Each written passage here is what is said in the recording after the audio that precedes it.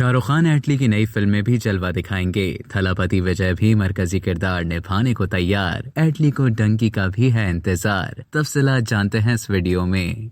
Bollywood king Shahrukh Khan की film जवान के डायरेक्टर अरविंद कुमार अलमारूफ एटली ने इंकशाफ किया है कि उनकी आइंदा फिल्म में भी शाहरुख खान और थलापति विजय मरकजी किरदार में नजर आएंगे। उनका कहना है कि वो इस पर संजीदगी से काम कर रहे हैं। बॉक्स ऑफिस पर हिट और सिर्फ 12 दिन में 883 करोड़ रुपए का बिजनेस करने वाली फिल्म जवान के हिदायतकार का कहना है कि शाहरुख खान और थलापति विजय भी इकट्ठे काम करने के ख्वाहिशमंद और इस हवाले से बहुत ज्यादा दिलचस्पी रखते हैं। फिल्म जवान की रिलीज से कबल बहुत से परस्तारों का गुमान था कि थलापति विजय फिल्म में किसी खुसूसी मुख्तसर किरदार में नजर आएंगे, ताहम ऐसा ना हुआ और अब हिदायतकार एटली का कहना है कि वो हिंदी सिनेमा और तमिल सिनेमा के इन दोनों सुपरस्टार्स के साथ अपनी आइंदा फिल्म पर काम कर रहे हैं। यहाँ यह अमर भी अहम है कि बजाते खुद 36 साल एटली का ताल्लुक भी जुनूबी भारत से है और उनकी ज्यादातर फिल्में तमिल जबान में बनती हैं। एटली के मुताबिक थलापति विजय ने उन्हें पैगाम दिया कि अगर मैं कोई ऐसा स्क्रिप्ट लिख रहा हूँ जिसमें हम दोनों इकट्ठे नजर आए तो वो बिल्कुल तैयार हैं। इसी तरह शाहरुख खान ने भी अपनी रजामंदी दे दी है।